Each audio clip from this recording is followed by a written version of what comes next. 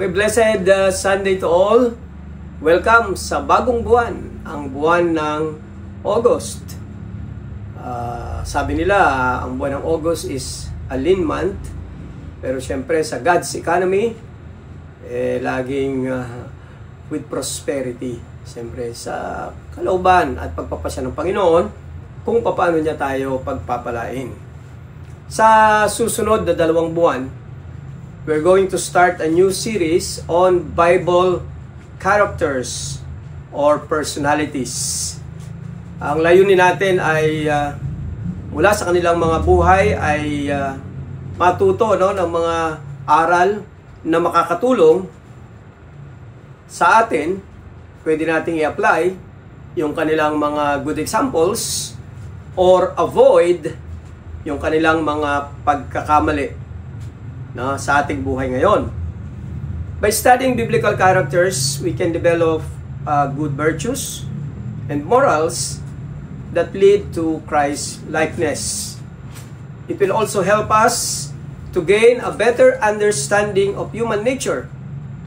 Siyempre sa mga buhay nila, may marireveal na kalikasan ng tao at ganun din yung God's plan and providence sa mga sitwasyon na bahagi ng kanilang buhay. So every Sunday, we'll be looking at one character in the Bible, kasama siyempre ang kwento ng kanilang mga buhay.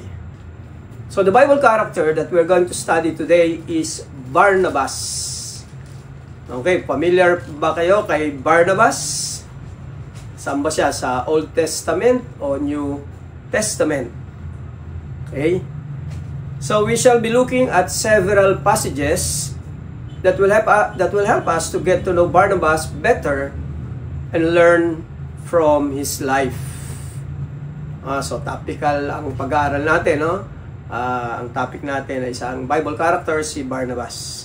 So let's start with Acts chapter 4 verse 36. Sabi dito, thus Joseph, who was also called by the apostles Barnabas, which means son of encouragement, a Levite, a native of Cyprus. So dito sa isang verse na ito, maraming mahalagang impormasyon ang ating makikita tungkol kay Barnabas. Una, ang kanyang tunay na pangalan, his original or real name is Joseph. Ang Joseph is a common Hebrew name. And then number 2, he belongs to the priestly tribe of Levi. Sabi diyan, a Levite. At pangatlo, he was born in Cyprus. Cyprus is the 3rd largest island along the Mediterranean Sea. And number 4, the apostles gave him the nickname Barnabas. So ang Barnabas pala ay kanyang nickname, hindi niya tunay na pangalan, na ang kahulugan ay son of encouragement. Now obviously, because I believe Barnabas was an encouragement to many believers. Now to encourage means to come alongside someone, to comfort, to counsel, help, build up, strengthen, exhort, and reassure. In Greek, the phrase to come alongside is the word parakleto. Parakleto, which is a word used to describe the ministry of the Holy Spirit. So, yun ang significance nun. So, I entitled our message today, Barnabas, the Encourager. Barnabas, the Encourager. Through this message, I would like to challenge all of us, or each one of us, to be an encouragement to one another. In our family, in the church. Just like Barnabas. Sa tingin mo ba sa sarili mo? Could you consider yourself an encourager? I pray and hope so that you are an encourager rather than a discourager. encouragement is very important in the church or even in the family, no? To help build our faith and strengthen our fellowship or relationship with one another. No? So tingnan natin yung ilang mga verses na ipinapakita ang katotohanan ito. Romans 1:11 to 12. For I long to see you, that I may impart to you some spiritual gift to strengthen you. That is, that we may be mutually encouraged by each other's faith, both yours and mine. So dito, ito yung sulat ni Paul sa mga taga-Rome. At ang sabi niya, no, nais ko, nasasabik ako na makita kayo so that we can encourage one another. No? So na dun pala sa pagkikita-kita ng mga mananampalataya, yung element of encouragement. So encouragement is, encouraging one another is very important in the life of the church. Sa 1 Thessalonians 5:11, sabi rito, no? Therefore, encourage one another and build one another up just as you are doing. No? So, Paul was encouraging the believers in Thessalonica na ipagpatuloy yung ginagawa nila na na-encourage ang bawat isa para ma-build up ang bawat isa sa kanilang pananampalataya. No? And in Hebrews chapter 10, 24 to 25. Nako, alam na alam nyo to.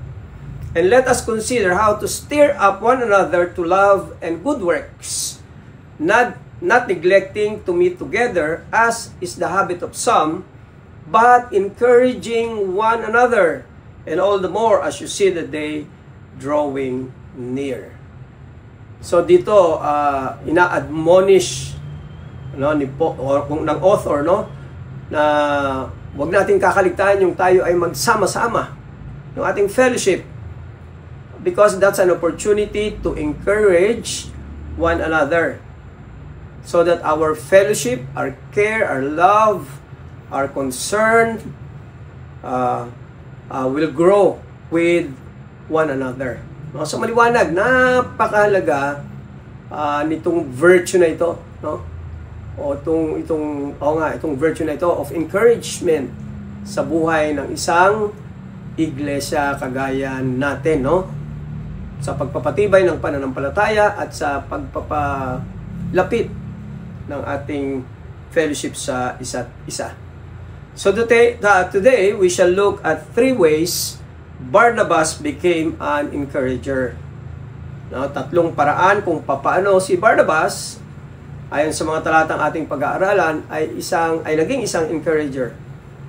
At nawa, itong mga pamamarang ito ni Barnabas, ay siya ding magsasuggest sa atin, no, kung paano tayo pwedeng maging encouragement sa isa't isa.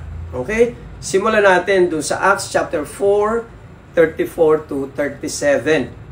Sabi dito, there was not a needy person among them, for as many as were owners of lands or houses sold them and brought the proceeds of what was sold. Ganda ng description ng kanilang samahan, no? Wala ni isa sa kanilang may pangangailangan. Hindi ibig sabihin hindi sila nangangailangan, kundi nasasapatan ang kanilang pangangailangan. No? Dahil yung mga may kaya, ibinebenta yung kanilang mga properties. At sabi sa verse 35, and laid it at the apostles' feet, and it was distributed to each as any had need. No, para matulungan lahat ng may mga pangangailangan, no, sa kanilang samahan. Verse 36, ito yung binasa natin kanina, no? Thus Joseph, who was also called by the apostles Barnabas, which means son of encouragement, a Levite, a native of Cyprus, sold a field that belonged to him and brought the money and laid it at the apostles' feet. So one admirable practice ng early Christians, no, para ipakita yung kanilang pagkakaisa, yung kanilang pag-ibig sa isa't isa. Lalo na yung mga kakayahan na ibenta yung kanilang mga properties at ibigay ang pera sa apostol upang magamit sa pangangailangan ng mga mananampalataya. Kaya ang naging resulta, no, wala ni isa sa kanila na nagkaroon ng pangangailangan. No, nasapatan. No? Ang ganda, no, ng kanilang spirit. Marami ang persecuted nung panahon nila because of their faith. So marahil sila ay itinakwil sa kanilang tahanan. So nanatili sila doon sa kasama ng mga mananampalataya na doon nangangailangan sila ng tulong, no? Dahil nga tinakwil sila ng kanilang family, no? At may mga transients din na believers na pumupunta ng Jerusalem galing pa sa malalayong lugar. Na nangangailangan din ng tulong. At meron din naman talagang may hirap na members ng church. No? At isa sa gumawa nito, ito yung pagbibenta ng property, nabanggit dito sa ating talatay, walang iba kundi si Barnabas. No?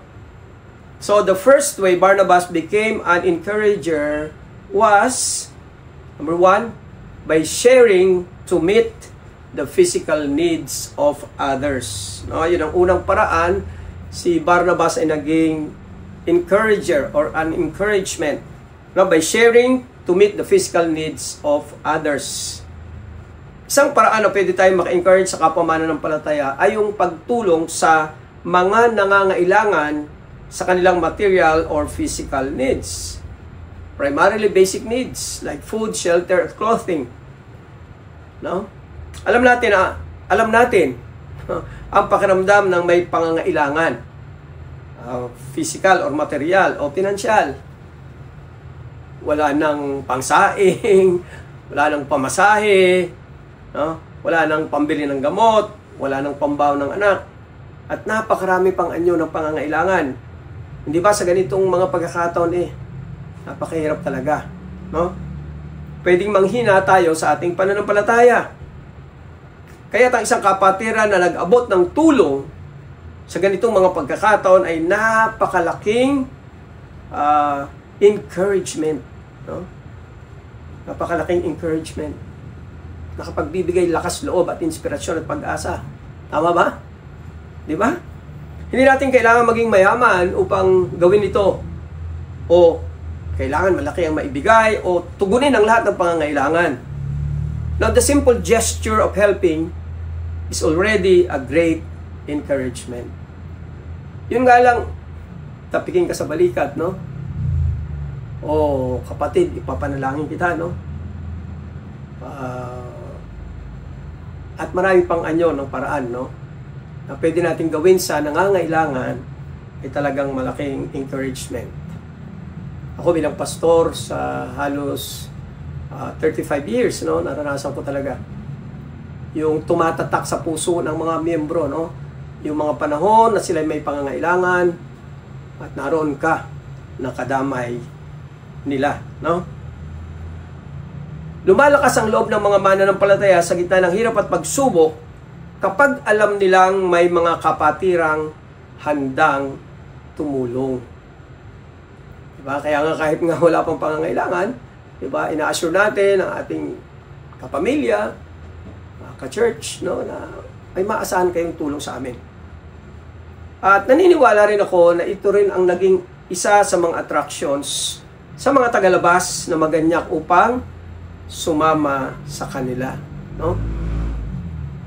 Nakita nila kung paano ang samahan ng mga mananampalataya, no? Yung kanilang pagtutulungan sa isa't isa, no? Ilang beses ko na rin narinig yung ganyang mga comments, no, from outsiders, no, na wow, ang ganda ng inyong samahan, no?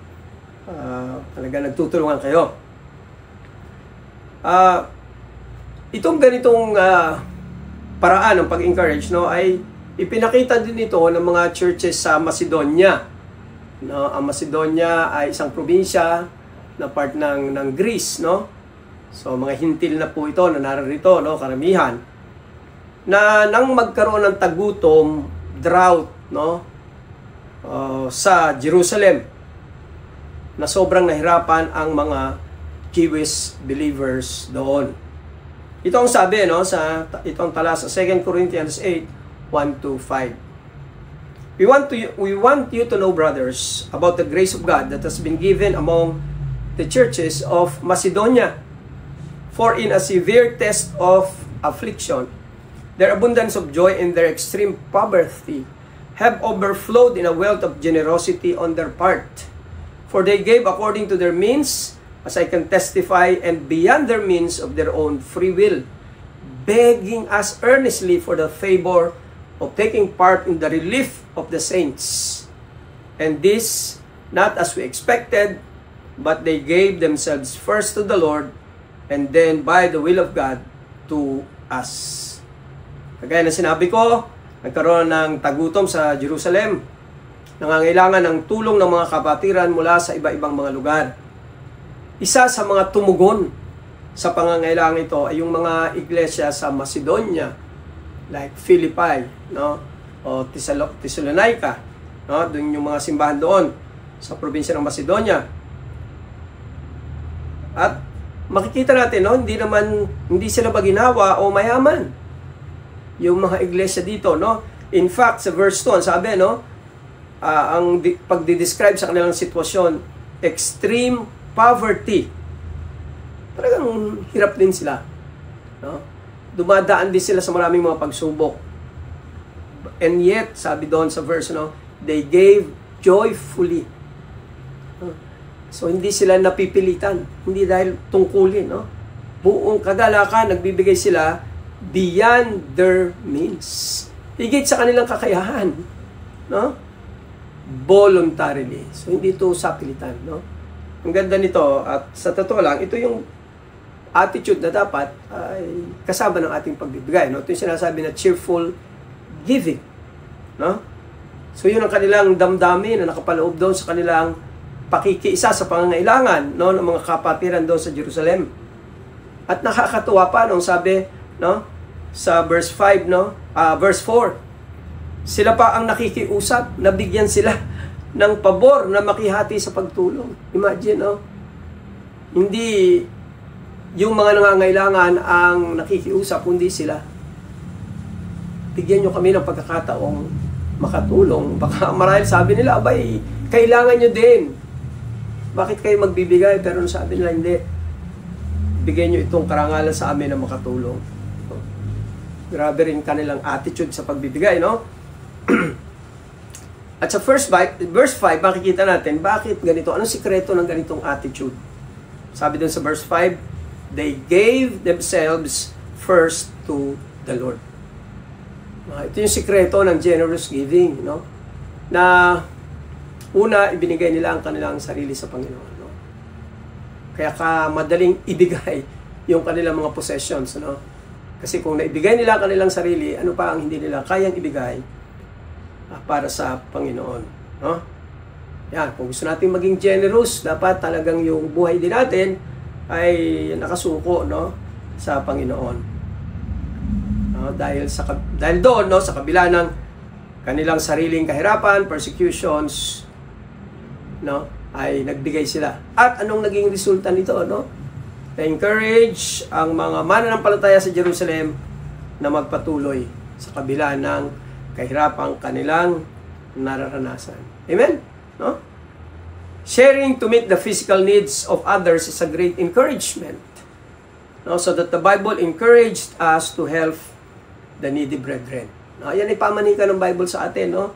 Sabi sa James 2:15-16, if a brother or sister is poorly clothed and lacking in daily food, and one of you says to them, go in peace, be warmed and filled, without giving them the things needed for the body, what good is that?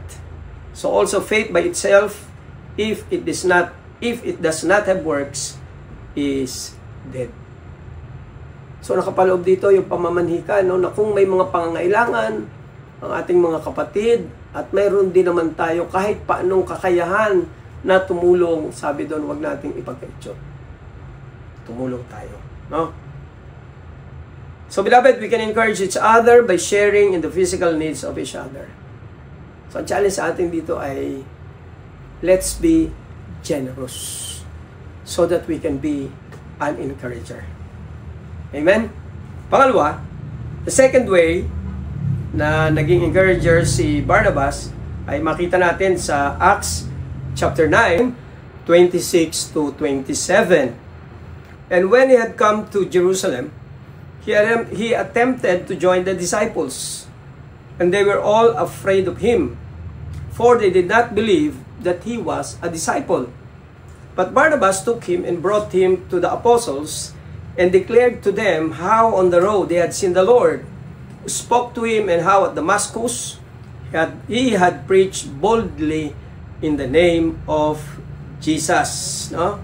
So kung babasahin natin yung mga previous verses, ang taong tinutukoy dito na dumating sa Jerusalem, na sila ay takot, no? Yung mga mananampalataya doon, ay walang iba kundi si Saul, o sa Tagalog ay si Saulo. Sino ba itong si Saul, no? Si Saul traveled to Damascus to persecute Christians. Siya isang Pariseo, religious leader, na ang mission niya sa buhay ay hulihin, ikulong, no? Parusahan ang mga mananampalataya. Kaya siya ay pumunta sa Damascus. Pero ang nangyari doon, he encountered Jesus and he became a Christian. No? So yung nangyari sa kanya. After that, he was baptized and immediately became a preacher of Jesus. Ganda ng pagbabago, no, sa buhay ni Apostol Pablo, no? From a persecutor to a preacher. O, yan ang nagagawa ng gospel sa buhay ng isang tunay na nanampalataya kay Jesus. So ang kanyang pangalan, his name was changed from Saul to Paul. At later on, nakilala siya as the Apostle Paul, the Apostle to the Gentiles. So nang dumating siya sa Jerusalem, o sa Jerusalem, naturally, duda ang mga believers at takot sa kanya.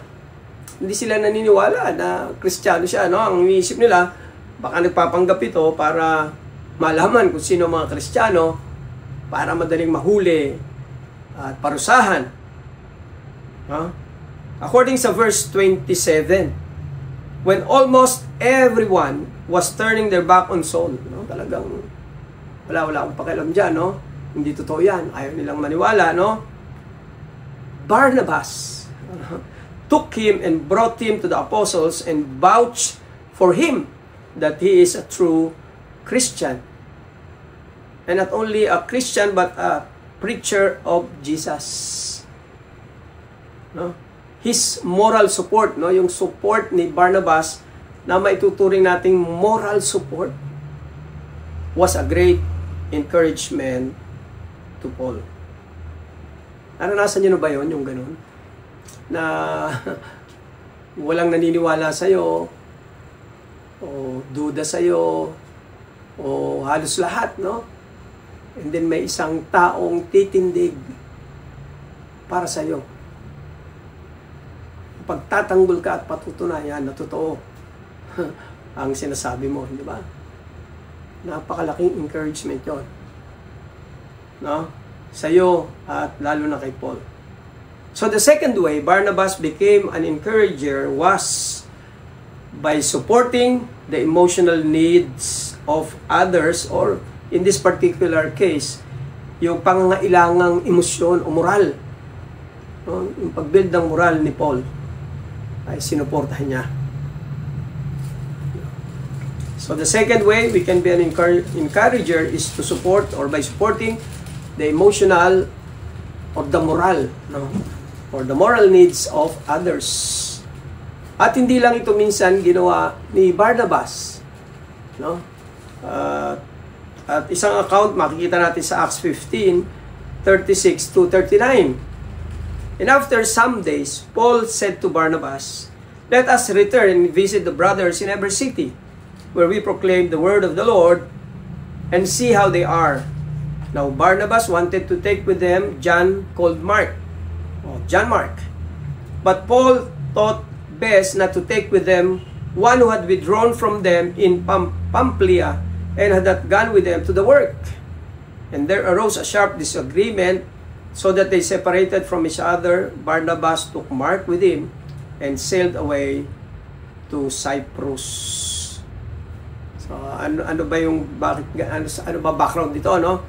So sa first missionary journey, magkasama si Paul at Barnabas. So, tinawag sila ng Banal na Espiritu, sinend out sila sa kanilang first missionary journey, at kasama nila si John Mark, sa sa mga alalay nila. No? Pero, doon sa unang lugar na dinatnan nila, siya ay umuwi. Iniwan sila.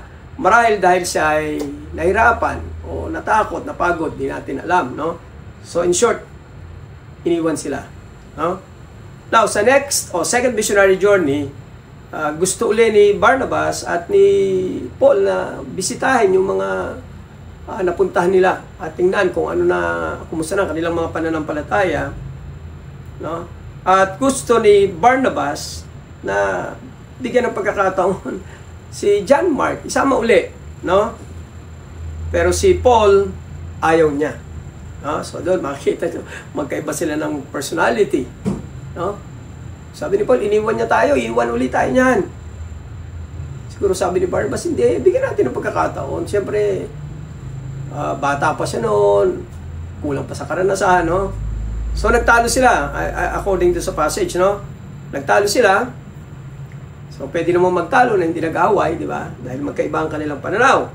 Pero nagdesisyon si Barnabas na isama pa rin si John Mark. Sabi niya, hindi, basta isasama ko siya. Kaya nangyari, naghiwalay sila. May magandang naidulot yun, no? So, salip na isang lugar lang mapuntahan nila. So, naging dalawa. No? Naging dalawa silang teams na pumunta sa magkaibang lugar. Pero dito makikita natin that Barnabas was an encourager. No? Makita natin yung kanyang katangian na yun because he gave John Mark a second chance to prove himself. No? Diba?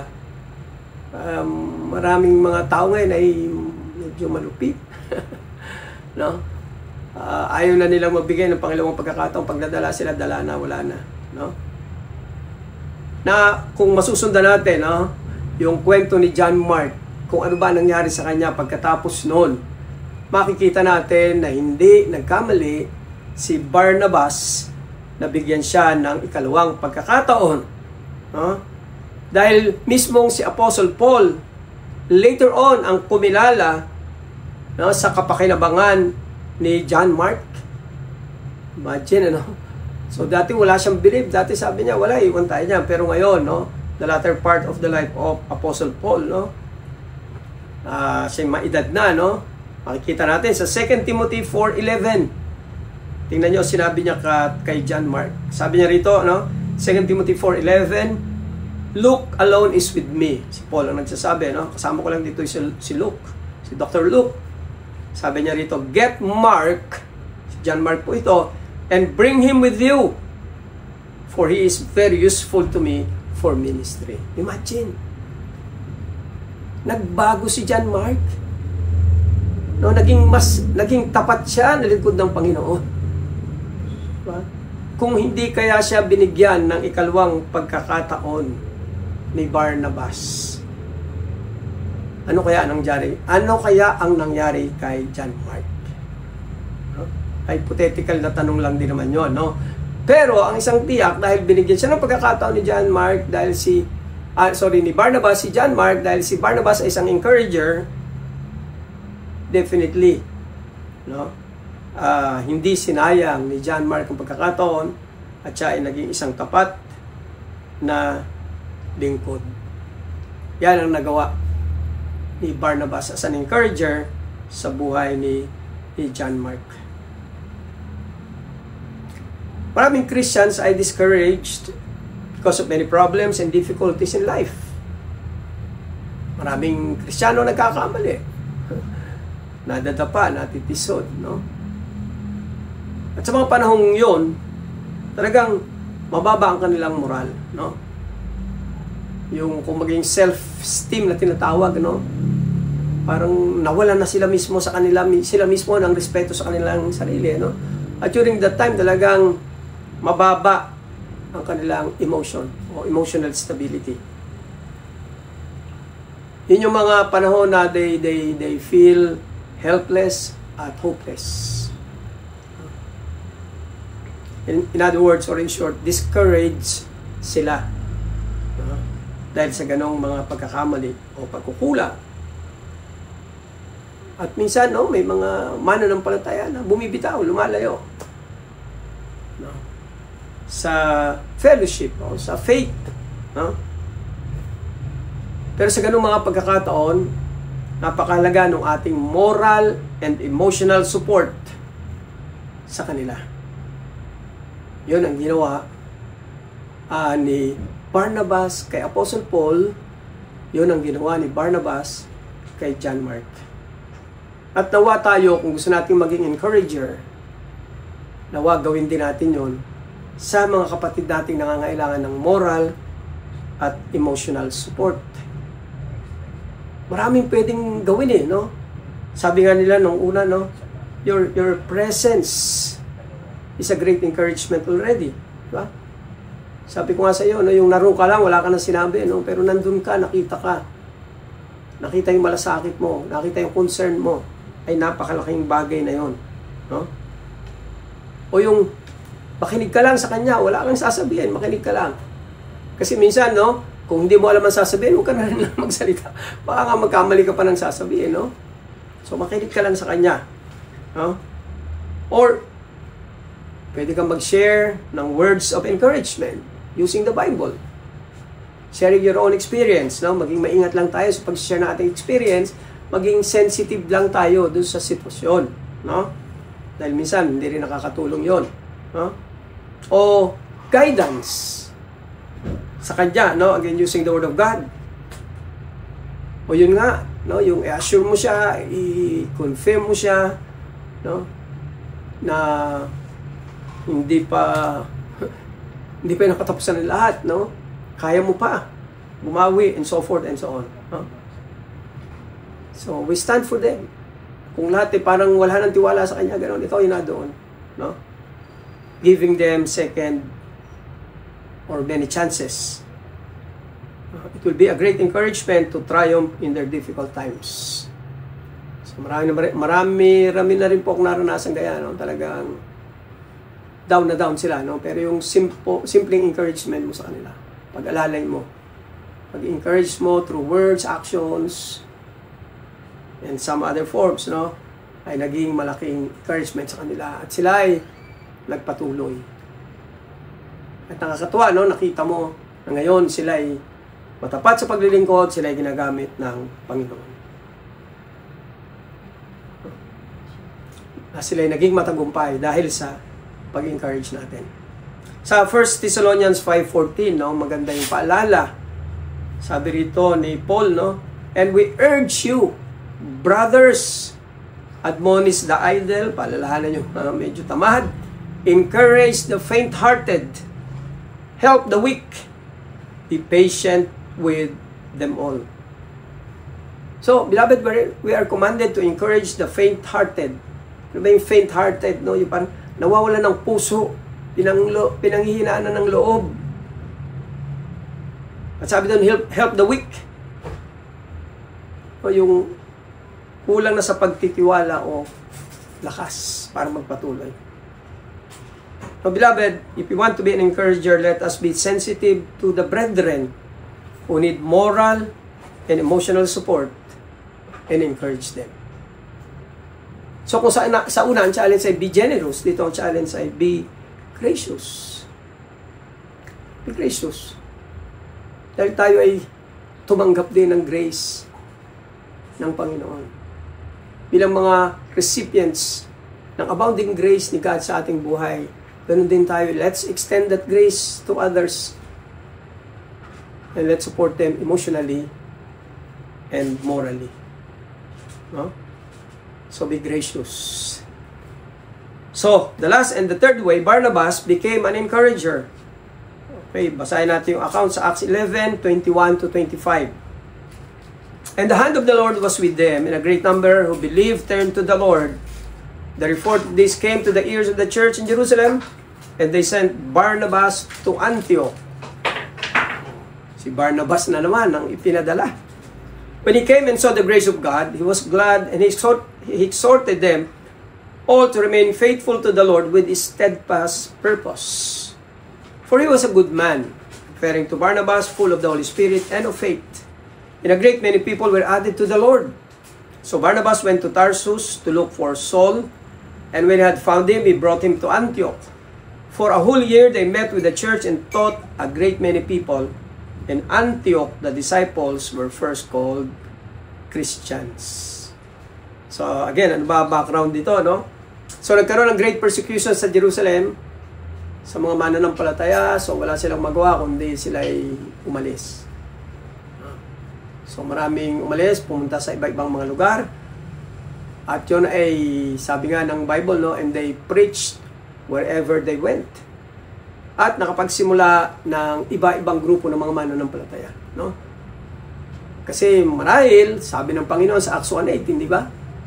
But you shall be my witnesses in Jerusalem, Judea, Samaria, and uttermost parts of the earth, no?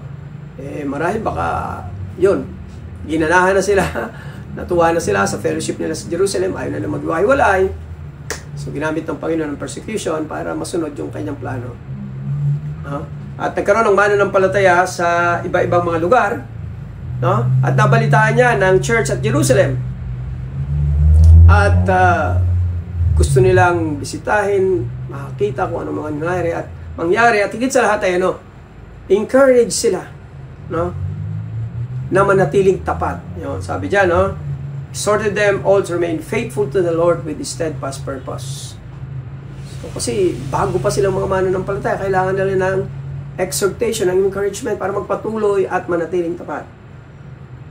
At sino ang ipinadala para gawin yon? Si Barnabas. Obvious ang reason bakit si Barnabas. Kasi Barnabas was an encourager. Alam nila na magagawa ni Barnabas yun. No, himukin silang magpatuloy sa pananampalataya dahil intrinsic, bahagi na ng buhay ni Barnabas ang pagiging encourager. No? At hindi lang siya, hinanap niya si Paul at sabi niya, Legas, tulungan mo rito, turuan natin sila. For 1 year. No? Marami silang natutuhan sa salita ng Panginoon at sabi rin dito, marami ring napadagdag sa kanilang bilang mga mananampalataya.